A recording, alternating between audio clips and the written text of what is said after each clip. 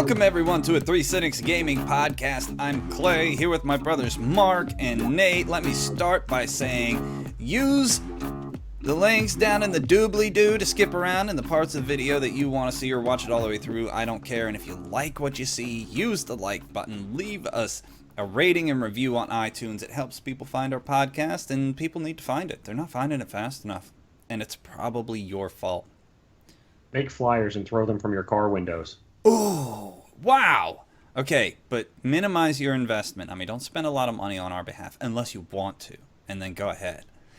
But, you know, yeah, do that. I like it. And then you put them up on telephone poles. Make sure you include some memes because people like memes these days. People do love memes. Yeah, so if you could make a meme out of us and then put that on a piece of paper, telephone pole with a stapler, maybe some tacks, you know. Some roofing nails and a hammer.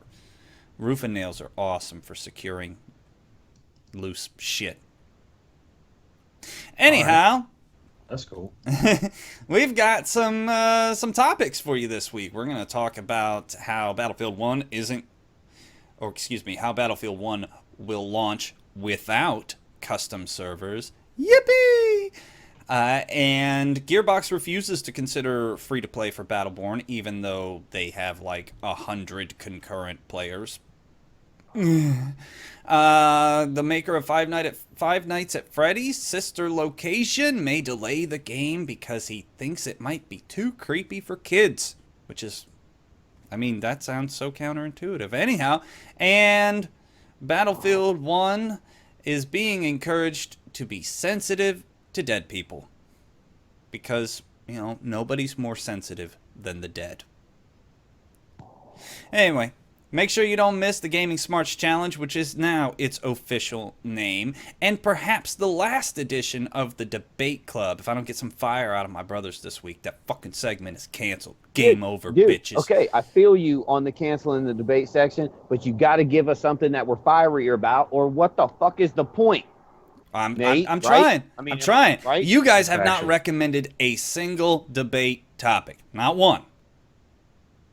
So let's debate whether or not we should cancel the debate club. And we'll have rapid reactions at the end, which is always a funny segment, so don't miss out on it. So first, and don't waste any time, be concise with this shit, y'all, because last week's podcast bogged down like a motherfucker while Mark Jr. was trying to describe to my ignorant ass how he built some fucking shed. Don't bog it down. What happened this week, Mark Jr.? Nothing worked. Good, done. All right, Nate, what happened this week? All right, so you guys know how I'm like an asshole, right? Definitely. I mean, that's my motif. So I figured I'd share with the listeners today a kind of lighthearted story that happened today. Actually, we were at my wife's doctor's appointment, and I was eating lunch at a bench outside, and this older Muslim woman was having trouble walking, and she had to walk all the way around the hill. So I asked her if she needed some help, and she said yes, and I helped her walk down a hill. Just figured I thought I'd throw my good Samaritan out there. Damn. That's very nice. You're going to use your bad news to support somebody else's bad, or what did I say? Your bad knees to support somebody else's bad knees? That's crazy. Yes. That's crazy. You're such a charitable man. Yeah, she was a little old lady. She needed some help. What's the problem? That's cool. I don't think I've ever had an opportunity to help a little old lady other than, you know, to hold a door or whatever.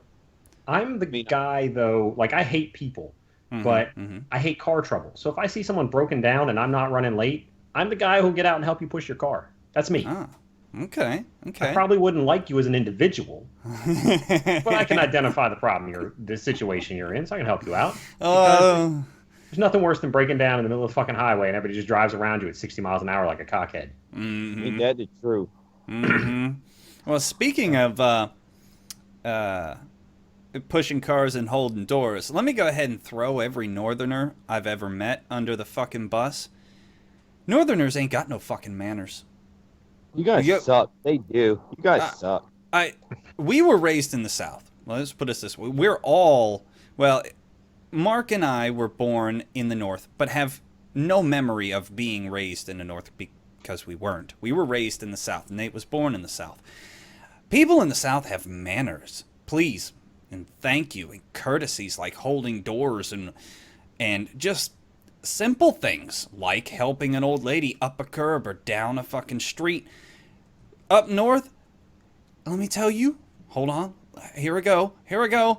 Bitches don't even thank you when you hold the door for them.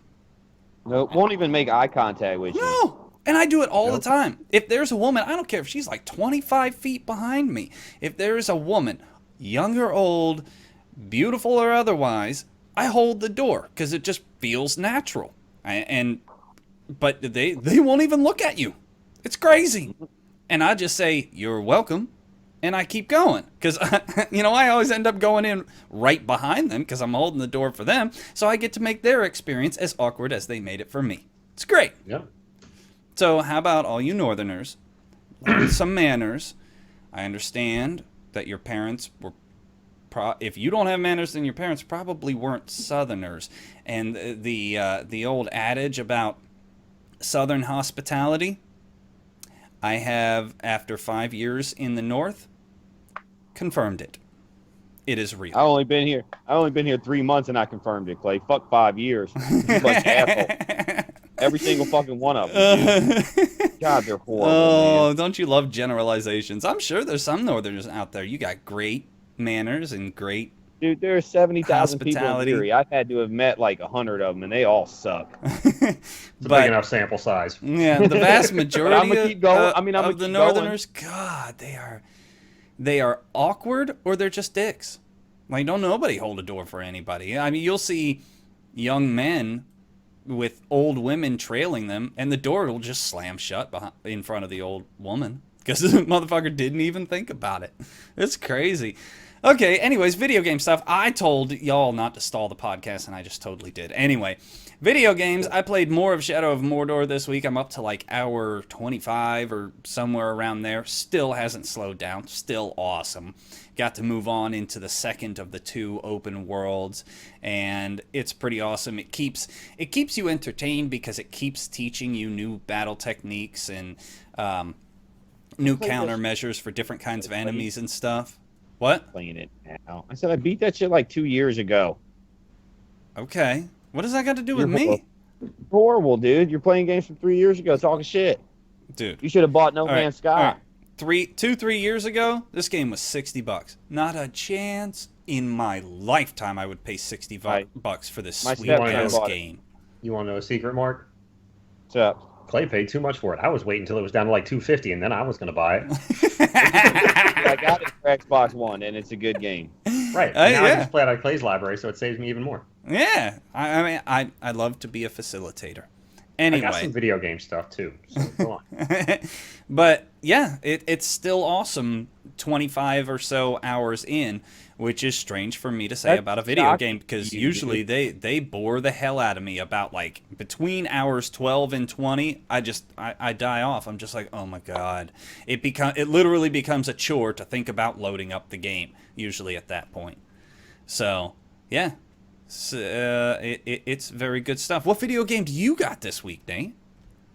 The one you recommended, Clay. What's that? Paladins. Oh, I've really? been playing Paladins for the past couple days, and I have to say I'm impressed. Nice. The game I is genuinely fun. I haven't even gotten a chance to load it up. What is it? It is basically Battleborn for free. Really? And all of the heroes, because everything's hero based, which I actually find that I like a lot. I don't know why, but I enjoy it. Mm-hmm. But every class is incredibly well balanced. They all have strengths and weaknesses. The ambiance is right on for what the game is going for. The voice acting, they don't have enough lines, but the voice acting is well done. And the whole feel of the game is like it's spot on. It's vibrant. It's colorful. It doesn't take itself too seriously, and the gameplay itself is very entertaining. Nice. I'm thoroughly impressed with it, especially for a free-to-play game. So maybe we take some time tomorrow to play? Yeah, hopefully listeners will have some video up on the YouTubes about it. Well, what? Because I'm enjoying it. I've actually, I think like I'm the greatest in the world ever at it or something, or everybody I play against sucks. Because like I've played probably, I say 20 or 30 games. Total. all but like 2 of them, I got most kills and most damage done. Nice. Like, every Okay, time. I'm going to go ahead and settle on you're the best. I'm going I- to fall on that side of the fence. In my first 10 games, I died 3 times. Damn. Total. Like, I'm clearly, maybe I was just meant to play this game, and I'm the greatest ever. Right? I love it. That's perfect. And it's casual, so I mean, Right. you know, the competitive mode you can't unlock until later. So there's probably better players out there, and I'm just playing against scrubs. But it's got me feeling good about myself, and that's what really matters, right? That's You're the what best really amongst matters, the too. scrubs. Yeah. Cream always rises to the top. Nice. Nice. The land of the blind, the one-eyed man is king. So, saying. Mark Jr., I mean, you enjoyed the, Battleborn. You going to play the I did. Paladins with us? I mean, I'll try. How about that? I'll try. I'll download that bitch and we will try it. Cool. All I right. prefer my variation on that, Mark, in what's that that? the world without superpowers, Aquaman is king. That's how I- okay. That's good. But you're right. That would he would be king. You were right. What about the Power Other than- Twins? We haven't turned into a bucket of water. I mean, Wonder they're- Twins Wonder powers Twins. Twins. activate. Yeah. Yeah. bonus I points mean- if you know their names. I mean, no, of course not. Captain Planet is king in a world He's our without hero. superpowers. Captain Planet's king in a world with superpowers. That's Planet's true. the He shit. controls all elements, including love. There he is made no heart one more an bound. element. He just like willed that shit to happen. Love it. If any of our younger audience wants to look that up, I'm sure it's terrible. I'll just say Oh, this. dude, I watched it not He's too our long ago. hero. Absolutely. It's terrible, dude. Absolutely. Like, But I would want to kill myself or stab my eyes out so I didn't have to see it. Yeah, but it is a marker of a 10-year-old Fullerton boy. But Lucky had a monkey. Don't get it twisted. I watched the whole thing. He would like calm tigers. That was his thing. Calming tigers. There's always a tiger and it needed It calming. was so bad, but I watched the whole thing. They're like in Russia fighting the toxic sludge guy, and Mati's like, "I'll calm the tiger, guys," because that was his job. All right, let's talk about some news. We're going to switch over to this other scene on GamePer.com by Mr. Palo Sirio? Palo? Doesn't sound he's got a Spanish. Is that Spanish? I think that's a Spanish name. Anyways, Mr. Sirio. The title of his article is Battlefield 1 not releasing with servers renting feature. Rumor. And I put this in despite the idea that it's a rumor because I would absolutely love. I would pay $10 extra for that game if DICE could guarantee that forevermore there would be official DICE servers to play on. I Because might give you 20 more. yeah, because custom servers are a hot load of shit. I couldn't tell you how many times I've been in a custom fucking Battlefield server where I didn't bother to read the rules, because what's important in selecting a server in the server browser is, does it have enough space? Are you going to get put in queue? Does it have a gazillion tickets? No. Great. Go. That's it. I mean, those are your primary concerns, and you just kind of go with it because you want to play the game, not play fucking find the server simulator. So then you get into the server, and you fucking walk up behind somebody and blast them in the back of the head with your LMG, and you instantly get booted because it's a knife-only server. Fuck you and your knife-only server. Nate? Seconded. That would be fantastic. There's a reason, okay, that people don't have their own servers because they don't know what the fuck they're doing. So if you're renting them a server, 15,000 tickets, Metro only, shotguns only. What? Who the fuck is playing that? And yet there's always Yeah. people in it because it's the only server with people in it. Yeah. Doesn't make. Why do you want to play the same for not only 1,500% more time on the single map, but then the next match is the same map? That doesn't. Why does each match have to be fucking 85 minutes long? I mean, some of them, especially yeah. like if you're playing conquest, regular small conquest, where it only has 3 points to capture. And, the more points you have captured, the faster the enemy tickets count down. But if you start with like 1,500 tickets, you can literally play the same match of Battlefield for an hour or more. And I don't understand why you would want to do that. The great thing about shooting games, one of the great things about shooting games, has always been the variety. Like, please, can we step out of what the fucking horribleness that just happened into something else? Not even something better, something else. Or, man, I fucking totally kicked ass on Metro. I wonder what I can do on fucking Syrian Desert or whatever. I don't want to play Metro again. I mean, I don't really want to play Metro once, but that's It's just me. a giant hallway of choke point death. Yeah. Yeah. So if you want to picture Operation Metro, Mark Jr., imagine a subway tunnel with 4 escalators and half a dozen rooms, and every single point is a choke point. Bam! That's the point. That's what they want. Most popular map in the game. Yep. Because it's easy to find everybody and we just run there and die or run there and shoot people. Oh, is that why people love choke point heavy maps? Because it makes for easy kills? Yeah, and it knows, and you know exactly where everybody is. You don't have to spend 2 minutes running in a big ass circle. You're just like, they're at A, or they're at C, or they're at this choke point. Oh yeah, running. Yeah, but you pretty much know where the enemy is in Battlefield. I mean, It's generally not a mystery. yeah, because they have the points that you don't have, usually. Except but that one guy who can randomly sit in the same hill for an entire 30-minute map and just snipe and get like 4 kills. But he's not really that important But anyway. he went 4-0, bro. Right. And was completely worthless to his team. Yeah. Yeah. So that raises a good question. What do you miss about shooters, Mark Jr.? I mean, like, you're totally over the shooter genre. But when you look back, what is it that drew you into it and might draw you into it in the future? Well, I don't know. Y'all? Family? Friends? Shooting people? I don't fucking know. So the shoot 'em up game is only a community thing for you? Oh, yeah. It's But no, better in that's not community. true. I mean, I'll play free-for-alls and do team death matches or dominations when I'm by myself, you know what I'm saying? But I get bored with it a hell of a lot quicker than I do if I got you two with me. You know what I'm saying? Right. So I'll play 2 or 3 and be like, fuck this, I'm not playing that shit. Ah, so did you ever complete the Call of Duty campaigns and whatnot? Oh, all of them. Well, every one that I own. Nice.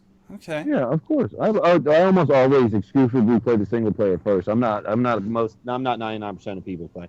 I will run through the whole damn single player mode about 6-8 hours and then jump online. Yeah, and they're me like, too. you're so far behind. Like, fuck you. Don't care. I will jump straight online. And then one day, 2 years later, when I'm bored, load up the single player campaign, stop after half a match. It's my tactic for that. That doesn't work, Nate. I don't think that I've ever beaten a single solo campaign in Call of Duty. I don't think I Modern have. Warfare 1 and 2 campaigns were really good. So, Yeah, Here, they I'll were describe- very dramatic. I'll describe every Call of Duty campaign. Oh, you're in a helicopter. It crashed. Shoot people. Oh, someone betrayed you. Shoot him. That's it. no, that wasn't the first one at all. Whoa, We whoa, didn't- Mark we Jr. didn't Whoa, follow- Mike. Oh, how about that? There you go. There you go. No, in the first one, nobody betrayed you. You just got shot in the head, and then you had to get into other people and go shoot that nigga after he nuked that desert city. It was really good though, and it was new, bitch. It was new. Yeah, that's true. I It was new. enjoyed it.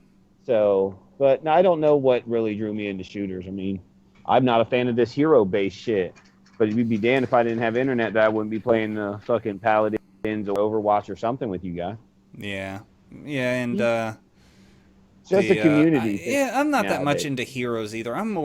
I like a class-based system better because Yeah, there's I mean, some I do too, customizability. I'm just saying, all that whole genre, all of it for me is playing with friends and family, or else what the fuck is the point? Yeah, So- I don't, yeah. Although And it's I just- can say I am kind of getting a little frustrated with single player experiences because, I mean, we haven't played games in a while. And so I've been playing but nothing but single player experiences, and I can only do that for so long. Well, my Mondays I are could still do open. That's why I I made could my do schedule that. that way. What, Mark Jr.? Give me great single player games, dude. I can do only that for my entire existence. I don't know. I mean, the single player games can be pretty friggin' awesome, but I really like a break with the single player I experiences. understand. But if you gave me great games for single players, I would play every day. So All right. We got to cover one more topic before we get into the Gaming Smarts Challenge. So let's go over to Gearbox and their plans for Battleborn. This is an article from the Escapists' Stephen Bogos with a V. Apparently, there was rumor going around that somebody had an inside source that Battleborn was going to go free to play. So then Gearbox Software's CEO, Randy Pitchford, came back and vehemently denied it, stating, quote, "I was just told about a reckless story about Battleborn going F2P. That is false. There are no plans to convert Battleborn free to play." End quote. But he did say that there is a kind of free trial coming later in this year or whatever. Why he was so vehement about it, I don't know. Going from a premium retail title to free to play has worked in the past. I mean, look at Evolve. It has more players now than it ever did as a premium experience. And I guess they got to make their calculations, don't they, guys? Like, when they've made the calculations, what can we charge for what, etc., etc. How much money could we expect to make from the whales and the few paying customers we're going to get compared to how many copies we're selling now. And I guess their calculations bear out that it's not time. But then again, I don't see this game surviving another year without enormous change. What you got? So, you know how, like, your grandma's in a pool and she's drowning and you're standing there watching and you could just, like, reach in and help her, but you don't? That's No, what's going on right here. That would never happen to me. Right, but that's what they're doing. Like, your product is clearly dying. You could easily fix it. And instead, you make me sad. You're just like, why would that happen? I don't know. Maybe because nobody's playing your fucking game and your game's good. So draw some attention to your game. People will play it for free and go, damn, this game is actually good. Mind-boggling. It's infuriating to me because it has worked in the past. It works quite frequently in the MMO department. You tried to release a game. I was one of the suckers who bought it. I convinced you two suckers to buy it as well. That is generally a free-to-play genre. Yeah. So why not go free-to-play? Put in some microtransactions? Because currently, nobody's buying your game. It's been part of Humble Bundles at this point, which is, I don't want to say unheard of, but really rare for a game that's not even been out a year. And yet you're just going to opt to let it die for stubbornness? Just to be obstinate? I'm confused. I don't know. See, the weird thing is, all right, I'm going to give the viewers a front page view of the Steam charts page for Battleborn. In the last 30 days, they have peaked at 650 players. Their concurrent players in the last their peak concurrent players in the last week is 280. And if you go on their subreddit, you can see people complaining that they're spending upwards of 30 minutes in queue because guess what? With less than 300 players, any form of matchmaking is balls. Because you can't find enough people to fill out the rosters. And Battleborn doesn't include bots, do they? You have to have 10 people. Yeah, you have to have players.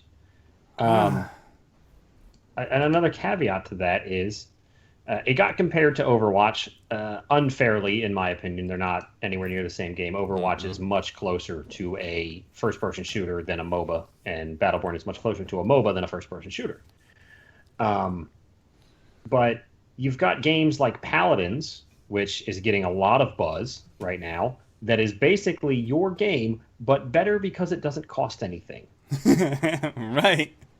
So what is the obstinance here? What is the problem? I mean, Battleborn's already dead. I was going to say it's going to die, but it's already dead. And if you're unwilling to make any moves, you're just confirming that it's death, basically. You're writing the obituary. Well, I mean, you can get a copy. I was looking at it earlier today to research for this particular topic. You can get a copy on console for $9 at the GameSpot or GameStop and at Walmart, and you can get it for $12 on Amazon. So, and they talked about, they refused to talk about the sales numbers in the months after the game's release, which makes me think that with their refusal to speak on the subject and their incredibly low prices, they haven't made back their investment on this game. And mind you, this game came out a very little over 7 months ago. In May. That's ridiculous. Yeah. Worst part is, it's a good game. It has good reviews. Yeah. People like it. They're just not playing it. Well, at this point, you can't. I've tried to load it up once or twice. It's uninstalled on my computer, which is a shame because I really, truly enjoyed it. But I'm not... If somebody told me, you're going to have to wait 10 minutes for a match, I'm like, not playing this fucking game. No. I'm going to go do something else. What about you, Mark Jr.? You ain't said a word. What's up? No, because I don't really care. I mean, it's sad that they're going to be that stubborn because, like Nate said, what's the worst that's going to happen? Really? I mean, dude, you obviously haven't made your investment back, right? Right. Or else you wouldn't be in scramble mode making your game $9. So what's wrong with making it free to play? Do a relaunch just like Evolve did, and do it free to play and add microtransactions for some dumb shit, and you know damn well assholes are going to buy it. I just don't understand their logic on this entire thing. Where's the downside? Nobody's playing your game. Yeah, and they're with the idea that they're contiguous players has leveled out anywhere between 200 and 300. I can only imagine they're not selling them either. Otherwise, I mean, fucking stores would not give you a game that was selling for $9. They wouldn't. No, so wouldn't. They're having a hard time moving copies. So Gearbox is not making much money. I mean, the stores, I'm pretty sure the deal works out where the stores purchase the copies and then they sell them. So Gearbox has already gotten their money for them if they're in the stores already.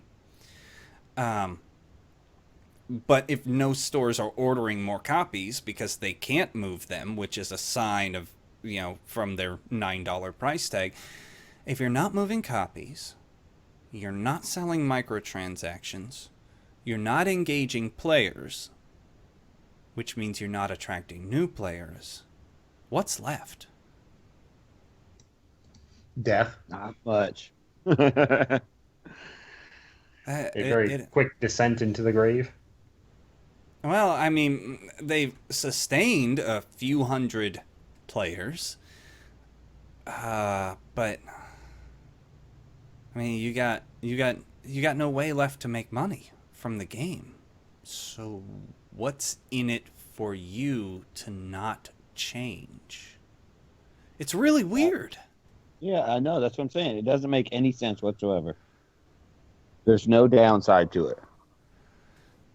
Well, they'd probably have to reinvest more programming into it, and that would be the only obstacle I could think of. Is that they just don't want to put out the money to even bother because they're probably still too far in the hole to justify it. That's right. It would cost money to reprogram it as free to play with a marketplace, etc., etc.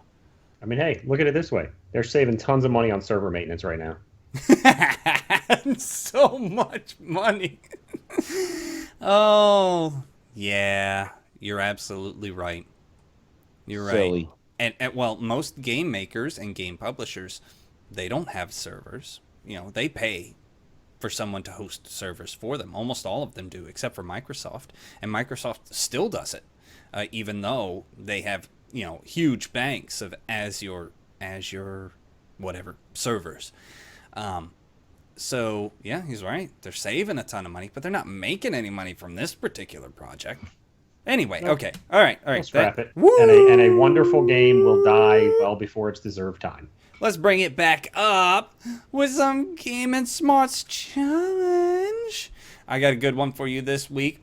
The Gaming Smarts Challenge this week is called, Is That a Real Game? Oh, I made up a bunch of fucking fake games, and included in this list, 50% of the things you're going to hear are real arcade cabinets from the 1990s. Of course, the other 50% is bullshit I made up. Then you guys got to tell me which ones are real and which ones are not. So. All right. Let's do it. Hold on. I don't have the other thing open. I got to bring up the scoreboard. How can I play without having the scoreboard up? Okay. Something about bam. No, I got to clear the scoreboard. I'm a bad game show host. I mean, real game show hosts have producers and engineers that do this shit for them. Yeah, also, they're not working all at once. Yeah, and they get paid. Our YouTube channel's making like 50 cents a month. That is not enough. So anyway, okay, who won last week? Mark did. And Andy won the week before. All right, Nate, you're going first. You got to come out to a strong league here. Is this a real... Can't opt to kick? What? No. No, you get no choice. Is this the second half, a real 1990s arcade cabinet? Alpha Soldier. Yes. Wrong.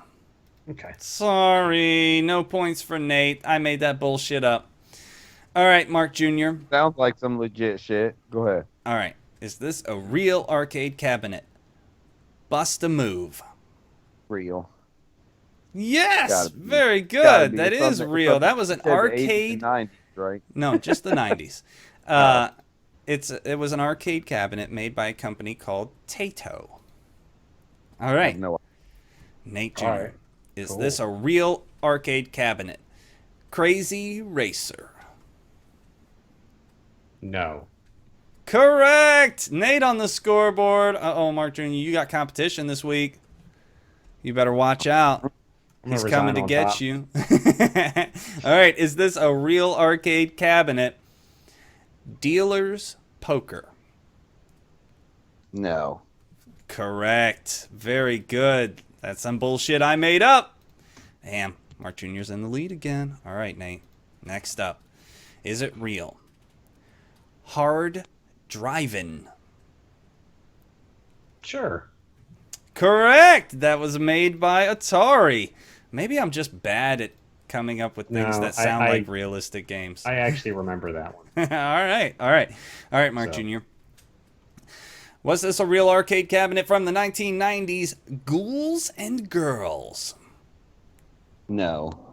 Correct. Oh my God. You're right. Okay. I am bad at making up fake. I thought you were going to say cabinets. ghouls and ghosts or whatever it was. That shit was real. Yeah. Ghouls and goblins. Okay, here we go. All right, Nate. Was it real? House of the Dead. Yes. Yes, it was. Made by Sega. That's a I bad one, remember. Clay, because it's also a movie. Oh, is it? Not a good one, mind you, but I don't know things. All right, Mark Jr., is it real? Lethal Enforcers. No. Wrong. It was made by Konami. Because Konami Alright. is the best. All right, still tied up, Nate. Your chance to take the lead. Is it real, or was it Maniac Mansion? yes. Yep, I remember it. Wrong. I made that shit up. Oh, there's Your some memories mansion. deceive you. There was Good. something, Mansion. All right. That's what I remember too. Something mansion. All right, Mark Jr. Maniac Mansion is an actual video game. It was not an arcade cabinet. Bam. I'm a winner. So we are correct in remembering the game, Mark. We are incorrect in its format. All right, Mark. Was it real? Operation Wolf. Yes. It was that Yes. It was game. made Yeah, by I remember Taito. I remember playing it at Putt Putt. Oh, man. Okay. Ready, Nate? Your chance sure. to tie it up. Was it real? Street Racer. Sure, yeah, that sounds good. Wrong. It was not real. That's some bullshit I made up. All right, Well, Mark Jr. Because that sounds like motherfucking. Well, maybe that was the one that I did well. All the rest of them were crappy, but I did it well. All right, Mark Jr. Street Racer was a game for PlayStation. But not an arcade You're cabinet. throwing me off, yeah, because I'm thinking about like video games. Real I'm games. like, Yeah, I know 'cause I I went- played Street Racer. All right, Mark Jr. Last one. Was it a real game? Wait a minute. Is it your turn, Nate? No, And- it's, that's if it's Mark. the Okay. last one, then he wins because he went Okay. second. He already has more points than me. That's true. He already won, but I want to see if he knows if Trog was a real game. I think it was a real game, but I don't know if it was an arcade thing, so I'm gonna go with no. Wrong. It was a real arcade cabinet made by Bally Midway. Damn, I would have thought fucking Atari, but All right. my brain's not on. All right. Well, I've decided to add to the end of this segment. And the first person, well, let's see. We'll give Nate the opportunity to pull out a win. This last question is worth 2 points. So Mark can either take it by an enormous lead or Nate Johnny can take it. You can win, Nate. Which I one? don't give a shit. Go ahead. This is going to be multiple choice, okay? How much did Konami spend to develop its latest hit, Metal Gear Solid 5, The Phantom Pain? $14. It was it was somewhere between 61 million and 124 million. I'm gonna say $100 million. I'm gonna go the other way. I'm gonna say 61. Nate Johnny was closer by $1 million. It was Alright. $80 million they spent That on. pause was him doing math. Yes. Like, which is closer to 80, 100, or 61? What the heck? Come on, dude. Good job, Nate. That means you will get to pick your position in this week's debate club I'm gonna go on the left. regarding the United States Federal Trade Commission and the makers of Pokemon Go. When we come back. That doesn't sound like a thing I care about at all. But you have to. You have to. I'm not fiery about that, Honky. But it's a consumer advocacy concern, damn it. I mean, you are a consumer advocate, right? Wait a No, I don't minute. know. We're supposed to be Kinda taking a are. break. Shut up. All right, welcome back, everyone, for the debate club. Nate's first win in 3 weeks, 5-3 over Mark Jr. He gets to choose his side on the following debate. 4, bitch. You know what? All right, I'll tell you what. I got the scoreboard right here, and you're right. It was 5-4. Bitch. Don't be playing me like I got smacked. All right, this week's debate club. More than 70 gamers have filed complaints with the U.S. Federal Trade Commission accusing Niantic and Nintendo of wrongdoing. These persons, some of whom paid hundreds of dollars into Pokemon Go, claim that Niantic and affiliates had no right to eliminate their accounts and, inasmuch, render their investments useless for using unapproved third-party applications to track Pokemon for catching and other users for their scraps. Who is in the right? Do these plaintiffs have a case, or are their accounts and their money forfeit? We should go ahead and just cancel this segment now. But go ahead, Nate. Come on. I'm going to go ahead and be honest with you. I zoned out after you said Niantic. So, Okay. Well, I have a good idea of where I want to go with it, but go ahead. Go and ahead, take a Mark. side. You're good. All right. No, I'll argue because- anything. No, It's cool. no, I would agree with the people trying to get their money back 99.9% of every time ever. But I guarantee you, when you downloaded that app and you click I agree, you just gave that right away. Oh, damn, Mark Jr. I got some choice quotes from their user agreement. You want to hear them? You guys ready? Quote, note that once you download virtual money from us, your right of withdrawal ends. You agree that A, purchase of virtual money involves immediate download of such content, and B, you lose your right of withdrawal once your purchase is complete. End quote. It also says, quote, we may cancel, suspend, or terminate your account and your access to your trading items, virtual money, virtual goods, the content, or the services in our sole discretion without prior notice, including if A, your account is inactive for 1 year, B, if you fail to comply with these terms, C, we suspect fraud or misuse by you of trading items, virtual money, virtual goods, or other content. D, we suspect any other unlawful activity associated with your account. Or E, we are acting to protect the services, our systems, the app, any of our users, or the reputation of Niantic. End quote. So everything, bitch, everything. You paid money, yeah. We cover everything. We can get rid of you because we don't like you. Or because you use some fucking third-party app that was bombarding our servers and making our service useless. I want to side with the people so bad. But you know damn well it is built in there, and if they had somewhere in there that it was legal that it could say they can come to your house and smack your mama, you would click yes. No, well, they can't do that. You can play Pokemon. You know. I know, but that's why I said the legal loophole. But I'm saying you would click yes because you want to play Pokemon fucking Go. Now you know damn well when you downloaded whatever it was to find extra Pokemon that you shouldn't do that shit because Pokemon's gonna want their money. Mm-hmm. Or you're so costing them more in server costs because So you're fucking up their shit. Yeah, so I feel bad for the people, but you know damn well what's it called's in the right, and they're a giant corporation, and you're gonna lose. But go ahead, Nate. Whatever side you want. I don't even care. Fuck them all. What is Niantic's reputation? The one game they made that's a bad game? Okay, cool. Also, you put your money into them, so that's you. That's on you, bro. That is what it is. And all that virtual money basically says non-fucking refundable when you buy it. Yeah, you bought bitcoins, bro. Sorry. You bought Pokemon coins. That shit is forfeit right now, instantly. Done. Yeah, it is a shame. But it says it in there, and you know damn well it says it in there, even though nobody read that shit and they click yes. So, but I mean, it's a shame. Oh, you guys would be surprised the length of time I spent last night searching through their end user license agreement for these exact things. That fucking thing is huge. You're the first and only person to read any of it. I read 2/3 of it. But that's what I'm saying. People don't read that shit. Like, you're the only person ever. Yeah. The guy who wrote it didn't read it. Well, I mean, I'm pretty sure all of his coworkers. I mean, who do you imagine writes an end user license agreement?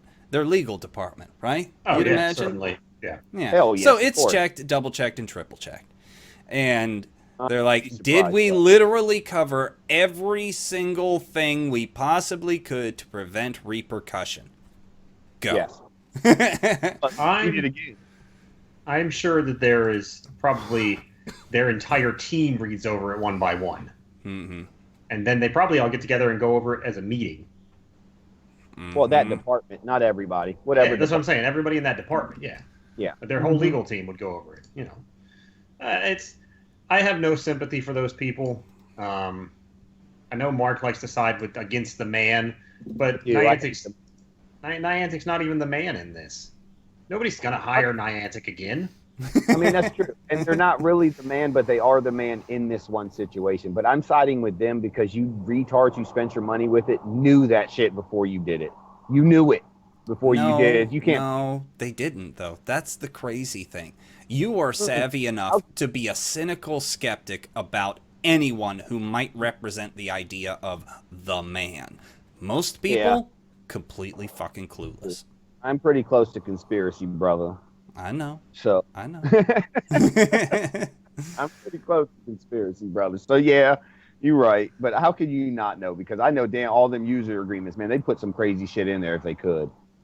Well, they can't put anything illegal. So. Yeah. I know. Well, I understand, but that's what I'm saying. But if they could, they would. You know they would. But they can put things in there that should be illegal that aren't illegal yet. Right. Like not being able to get a refund for your money. Mm-hmm. If you went to a store, they have every right to obviously tell you all sales are final, but they're not going to do it because returning one sweater that you fucked up and costing them $20 is a drop in the bucket compared to the bad publicity they'd get from it. Video games just haven't gotten to that point yet. Mm-hmm. So I think we both win the debate, Mark. You guys are awesome debaters. I'll try to come up with something that you can both be passionate about, but that was probably the best debate segment we've had, and it wasn't a debate. So we should call it the debate section and just do that. We should just have like a talking points section. The discussion club. Like, I can't think of anything clever, so I'm just going to stall for time until you say something. Yeah. Well, I mean, it is weird in that, anybody who's skeptical will understand that anything they invest in a virtual product is forfeit. You gave it up. The moment you pressed go, it's gone. That's it. You should never think about it again. Yeah. But a lot of people don't think about it that way. And I'm all for consumer advocacy. And I believe that companies shouldn't have loopholes to fuck people. But even if it didn't say, we can cancel your account for any fucking reason and go through a million reasons. Even if it only said that if you we can cancel your account for abuse of our systems. And then, you use a third-party app that clogs down their fucking servers and whatnot. I would not feel bad for these people. Because, yes, there was nothing wrong with the idea that you downloaded a third-party app to help you get further along in this so-called game.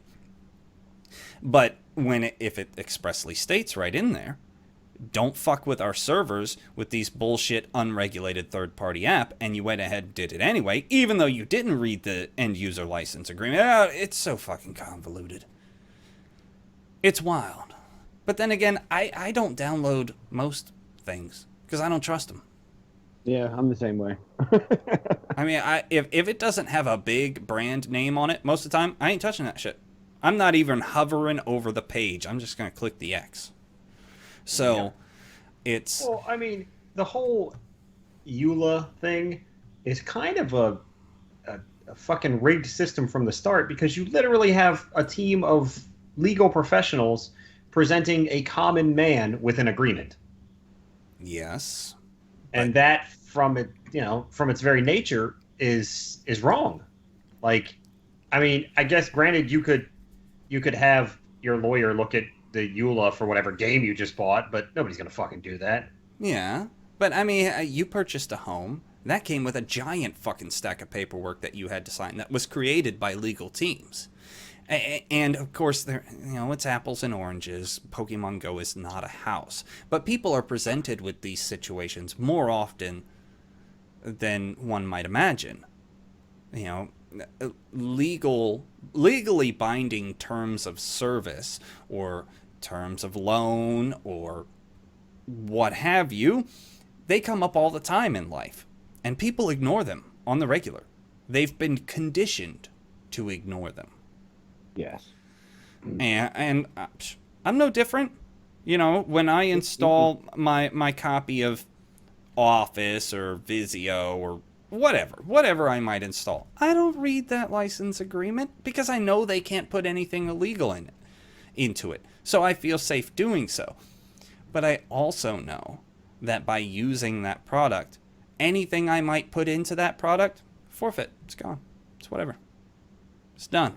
If they decide to steal my documents, which of course is illegal, well, then again, no, that's a bad example because I have, root for reprisal if they do anything illegal. But I'm just saying, not everybody understands that they're legally bound by a bunch of shit they just clicked yes on. Huh.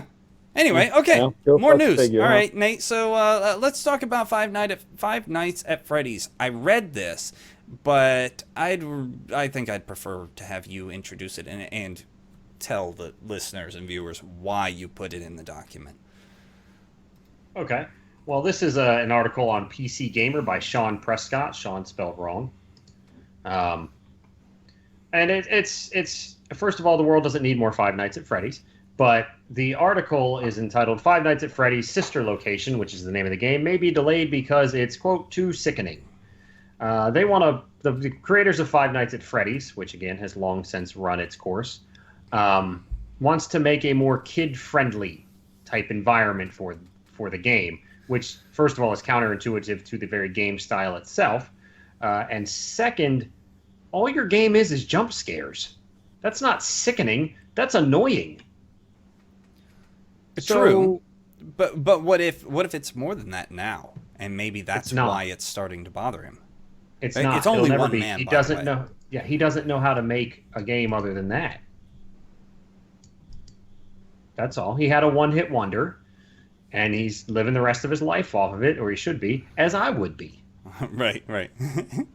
I mean, if I made, I like big butts and I cannot lie, I would sing that bitch every second of every day. Hell yeah. And then tell it to Nicki Minaj.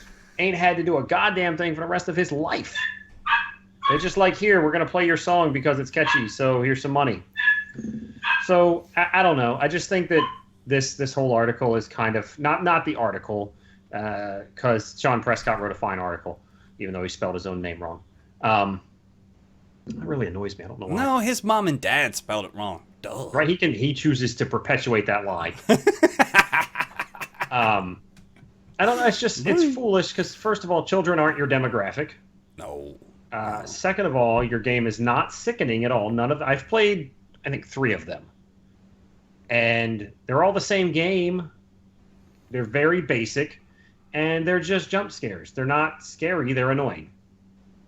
I realize the game series itself has I don't want to say a large, but at least a rabid fan base, which makes no sense because I guess it's that cell phone gaming world that we live in now, that simple games are okay. And simple games are okay, in my opinion. But they still have to have content even if they're simple games. And Five Nights at Freddy's lacks that. Well, apparently this iteration of the game, what is it, number 5 or something? It doesn't matter. It's called Sister Location. Apparently it has a real plot, unlike the others. I doubt it. I mean, you can doubt it all you want, but he's the creator, Mr. Scott Cawthon. Cawthon? I wanted to say Cawthorn. Anyway, Scott there, he's really, really concerned that the plot is not kid-friendly. Now, I mean, how could he claim that the plot might not be kid-friendly if there is no plot? Tell us about it, Mark Jr. I don't know nothing about it, dude. You never played any of them? No, never played any. I watched a little bit of video because I think we talked about it before. I'm more with Nate on the jump scare shit. It's okay, like in Dead Space where they did it like 3 times throughout the entire game. Right. Okay. But I mean, is he trying to reach a new demographic? Did he design this game in the beginning for a new demographic? I don't understand why this is even a thing. Because if you were going to design the game for kids, why would you make it the same games you've made? It doesn't even make sense. Well, that's what I'm saying. Maybe he's not making the same game for like the 16th time. Maybe he's making something different. Well, then why is he coming out with this game's going to be delayed? What the fuck are you talking about? If you were making the game for children, why are you stopping halfway or 3/4 of the way through making the game and saying, "Oh shit, we got to go back and change it for children"? I'm confused. Well, I guess the way it reads to me is it came out too dark. For the first time, Five Nights at Freddy's has had a real plot. It's too dark for a broad audience, and now he's afraid of what that might mean. Okay, I suppose, dude. Doesn't make much sense to me. All right. He's silly. Yeah, he is. Yeah. Stop being silly, guy. Okay, let's move on to this last article we got it's a Digital Spy article by, Justin mahboubian-jones. Again, he has such an unforgettable name.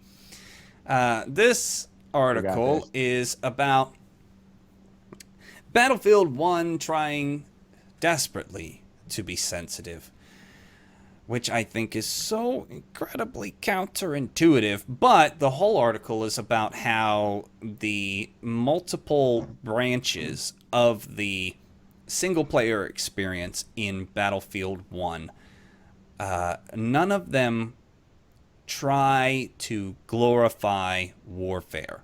There's no heroic endings or happy ever afters or whatever. It's all, struggle and death and horror, and I'm not exactly sure where Mr. Justin Jones falls on this. It's kind of an ambiguous read, but the sense I get is that he's happy that they're not glorifying one of the deadliest wars in human history. We're all fans of it. It was literally a war of senseless loss of life. It's pretty much, you can boil it down to that. But I think the reason why I added to the document is to say, why would anyone care? Every single person.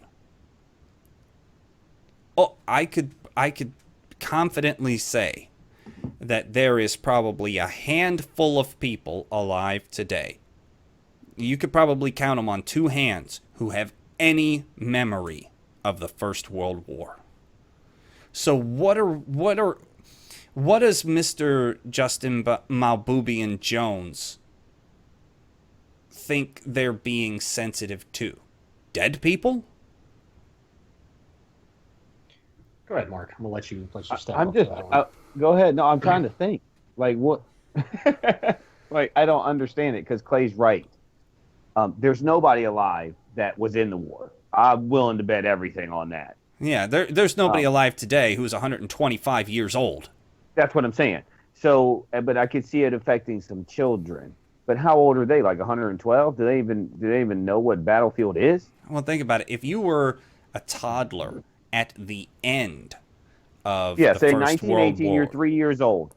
Yeah. Okay, so that makes you motherfucking what? 98? No, that makes you 109 or 103, something like that. More than 100 years old. Oh my God, guys, 105. Sorry, 105 math. is how old that makes you. Yeah, bad math, obviously, So right? there's not a single 105-year-old person alive today who gives one single tiny fuck about the Battlefield series. Well, I'm gonna attack this in a very generalized way, All right. and then in a more specific way. Go for it. The generalized way is that everybody's too fucking sensitive in this world, especially if you're worrying about what dead people think. Dead people don't exist anymore.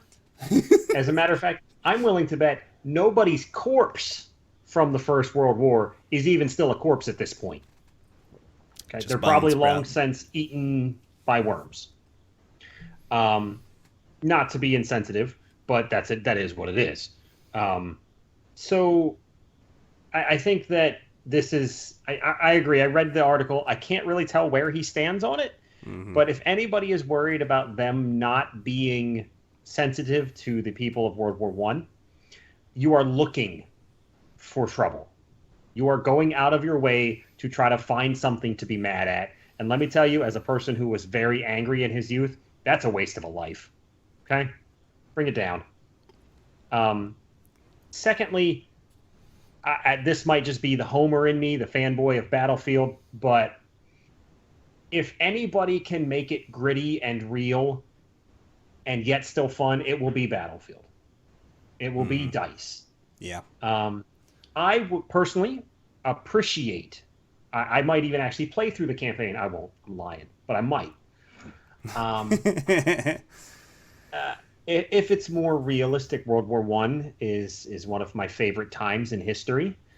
Thank God I didn't have to live through it because I certainly could not have done what those people did. Well, I don't think you give yourself enough credit. Human desperation is a real thing. Right, but at what point do you just turn around, shoot your commander in the head, and walk home? Go on. We've discussed it in the past. But anyway, to do what those men did, mostly men, was absolutely insanely brave. And I mean that in the most literal sense. You had to be at least a little bit crazy to watch rows of men get mowed down and then go when it's your turn. Yeah. But I believe that Battlefield can kind of, or has made at this point, because the game's done, I'm sure, but has successfully made an homage to that in a way that is both entertaining to play and gritty to experience. Mm-hmm. Well, damn, I just went all like that was nice. That was nice soliloquy and shit. So Mark Jr., tell me if I'm wrong. Are not all war games, shoot 'em up games, are they not all glorifications of war? Did we lose Mark Jr.? So say, Mark, that was addressed at you. Sorry, no, I was muted. I muted myself. Naturally. No. Yeah, I mean, because I'm sure y'all can mute me if you wanted to, right? I don't know. I lost train of thought. I was asking, are not all shoot 'em up games glorifications of war? I mean, isn't that what they're designed to do? I'm not saying the game designer set out to glorify modern combat, but isn't that kind of like the back subconscious kicking in, like, yeah, because we glorify war with war movies and glorify war with all of the history and the documentaries and the novels. I mean, right? I mean, all these people's memoirs. Yeah. Winston Churchill's memoir is like the greatest selling memoir ever. Yeah. And it was all about World War I and World War II. Right. So, well, I mean, we glorify war as a species, dude. Yeah, but I mean, a video game is not the glorification of any person's tragedy. It's a glorification of combat. I mean, I agree with that statement. But with any combat throughout history, somebody died. Oh, yeah. So, and I don't personally have an issue with it. I can separate the two. You know what I'm saying? I don't look at it that way. You know what I'm saying? I'm not a huge fan of war movies. I don't really enjoy that genre. And like we've talked about many times, I'm not a huge fan of shoot 'em ups anymore. But the shooter up genre changed for me when Modern Warfare came out. Right. So, it's the glorification of war to make money, Clay. Yeah, but I mean, the discussion here. Go ahead. The discussion here is not about, whether we like the games or not. It's really about, is there reason for sensitivity in the glorification of the tragedy that is World War I? Yes and no. Okay. So, I mean, it's not as simple as a yes or a no answer. I mean, who said it? Stalin said one death is a tragedy and a million's a statistic, right? And that what Stalin said? Mm-hmm. So, I mean, that's just war, dude. Right. That's what this is. In my opinion, the sensitivity is just the sensitivity of the generation now, Right. because the world we live in now. The hippies are in charge. Guess what, fellas? Yeah. This is what you get. They're in charge. It seems weird because, when in 1950, just a few years after the Second World War, and you've got a bunch of retired World War I veterans, in the streets of Europe, America, etc. Nobody got offended when they saw enormous bands of kids playing war, in the streets, glorifying human tragedy. Because that's not exactly what it is. It's more nuanced than that. They're glorifying the excitement and romance of combat. And that's exactly what a video game is. But no, we have it in video games now. Yes. Mm-hmm. And it's not an offensive thing because it's even if you're trying to emulate the setting and the ambiance and even the soldiers themselves, it's not the same thing. It's not the same thing as pissing on a veteran's grave, It's, I don't know. Well, it's much more nuanced than that. Go on. Here's how I look at it. First, it is, in a sense, a glorification of war, but it is not a glorification of an individual war, even when it's based on that war. It's more of a glorification of the concept of war or the idea of war. I think I can speak for all of us. Free shout out to Dan Carlin. If you guys don't know who he is, look up Hardcore History. It's amazing. I like to look at military history the same way that he does, probably because he's inspiring to me about it. But it's more about the personal stories when you're talking about an individual war and going through and seeing things through the eyes of the people that actually had to live it. And a video game is more like a glorification of the idea of war. There's no personal stories. Nobody's getting that involved. Now your shooter campaign might be that a little more in depth, but it's not real. And that's a distinction to make. Yeah, it is voyeuristic if they, use real characters, real personalities and persons from the conflict, which, hell, I would appreciate it. I mean, who wouldn't want to see Joseph Joffre, fucking tearing up a room with his big fat ass? But anyway, it would be hilarious. Yeah, and really laying into General French. Anyway, sorry, dropping names. Stop. Okay, French was the British commander, fellas. Don't get it twisted. Yeah, Joseph Joffre was the French commander. I would like to believe that most people would know who they are. No, that's not I fair. had no idea who the fuck they were neither did I. Dan Carlin. Hell no. No. And I love military history. But anyhow, even if they had the real personalities in there, and they did, even if they glorified them and romanced them, it's a different thing. It's not real. It's virtual, and it's art. Yes, thank you. It is art. So. And yes, we still romanticize all these people, J. Edgar Hoover and Eisenhower and all these people who really aren't that far removed in a generational sense, and we glorify their actions as if their actions didn't kill people. So, the glorification of war is a human condition. Yes. Whether it be directly of, you should go die for your king, or the way we do it now, there's a primal bloodlust in people. It's why the MMA is popular. It's why boxing was popular. I can't stand either one of them. Clay. Yeah, I know Dan Carlin. I'm name dropping again, Dan Carlin. What did he say? The first military history event that Westerners know about is what? World War II? The battle at Thermopylae. Yeah, that's one of the first, and Marathon as well. Right. But this is our first written shit. We're like, we're going to talk about some death, murder, like stabbing people in the eye with a spear and shit. Like, cool. Novelize this shit right now. Yeah. Yep. Mm-hmm. Yeah, but seriously, look up Dan Carlin. Yeah. He's okay. Favor. Well, we've run on long enough. That was a good talking point, Clay. Yeah. Yeah, it was. I'm glad I put that in Very there. vaguely video game related. I but read it that worked. article like twice before, and then waited a while before I considered putting it in there because I don't know. I have a fear of nuanced philosophical discussions because I'm afraid it'll bog down. But hopefully our listeners and viewers enjoyed it. Okay, let's move on with some rapid reactions. We'll close this thing out so everybody can hopefully press that like button and give us a review on iTunes. Okay, so rapid reactions. Are you ready? Here we go. Nate, tell me about a new GTA 5 mod has made the exploding Galaxy Note 7 the most powerful weapon in the game. Go. I can't tell you something I don't know nothing about. It's But- hilarious. I think it's hilarious. That's cool. I mean, all right. Got it.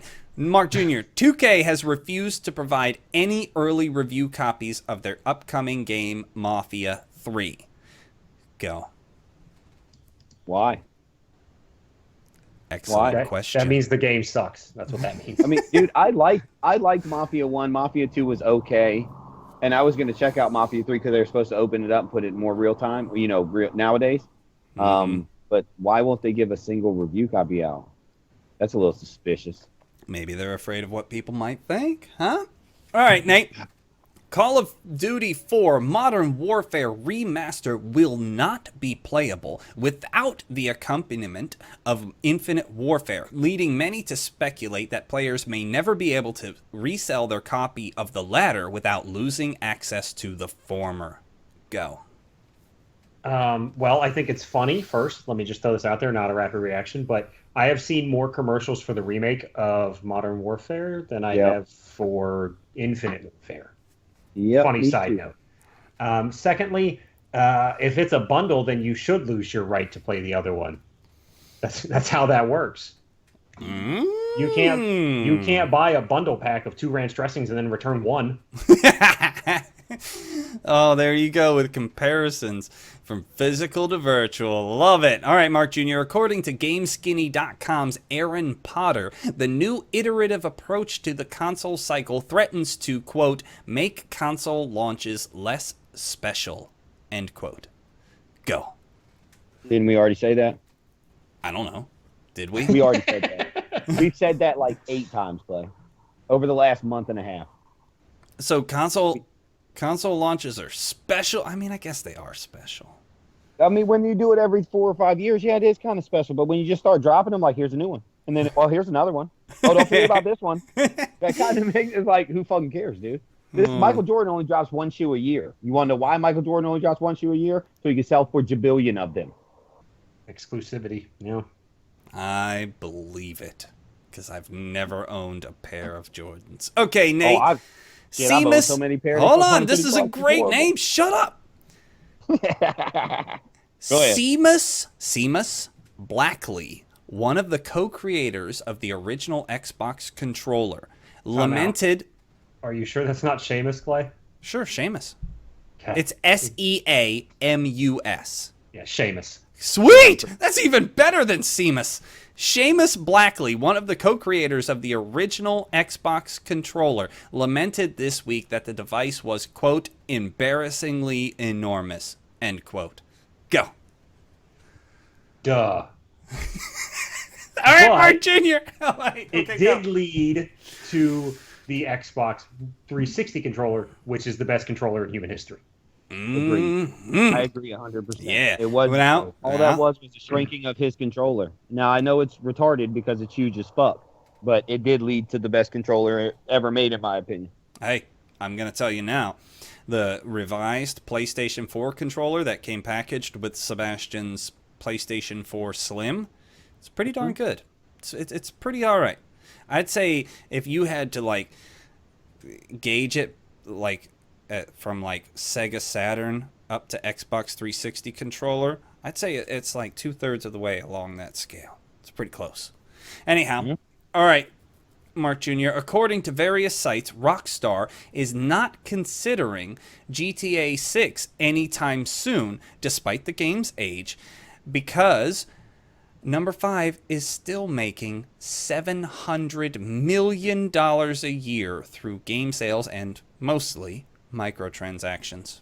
Shit, Go. I wouldn't either.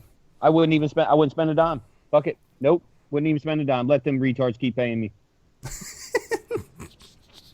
They also haven't released any single-player content at all. They've just released nothing but multiplayer content. Yep, don't care. These retards are paying me almost $1 billion a year, Clay. I did a little research. That $700 million is more than the operating budget of 35 countries. There you go. Bam. Bam. Yeah. And this is coming from people who want a rocket launcher and shit. Damn, where's the Grand Theft Auto theme park then? I know, right? Let's Rockstar get is some fucking stuntmen. killing it. Let's get some stuntmen and let me actually punch somebody in the face and pull them out of a car. Oh, I would pay. Right? Oh. Would you not pay $1,000 to be in a Grand Theft Auto amusement park for a day? Can I do like Grand Theft Auto shit? I mean, not shoot people, obviously, but like run with paintball guns and shoot people and shit? Yeah. That's what it was. Rob hookers. Awesome. Yeah. Yeah, you just run up to a hooker and push her over. It's cool. She's just a stunt woman. Yeah, So she's used to taking the fall. Kick that bitch and run off. Shit, you never even notice concrete ain't even real. It's half rubberized. It would be. I mean, it would have to be. They'd have to do so many safety precautions, but it would be the greatest experience of your life. Oh, that'd be awesome. Well, I mean, thank you everybody for listening and watching. Regular people drive NASCAR cars, so yeah, well, that's kind of scary too, because this is dangerous. Anyway, all right, time for the outro. Thank you everybody for watching and listening.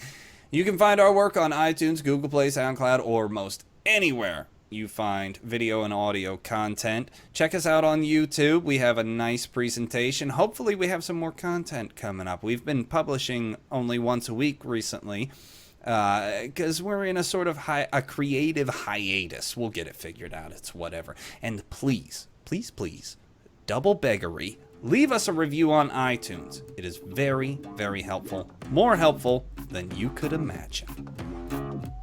Anybody got anything to add? No. Good on you. Beautiful. Thank you all for listening and watching. Until next week. Bye-bye. Have a beautiful night. Enjoy.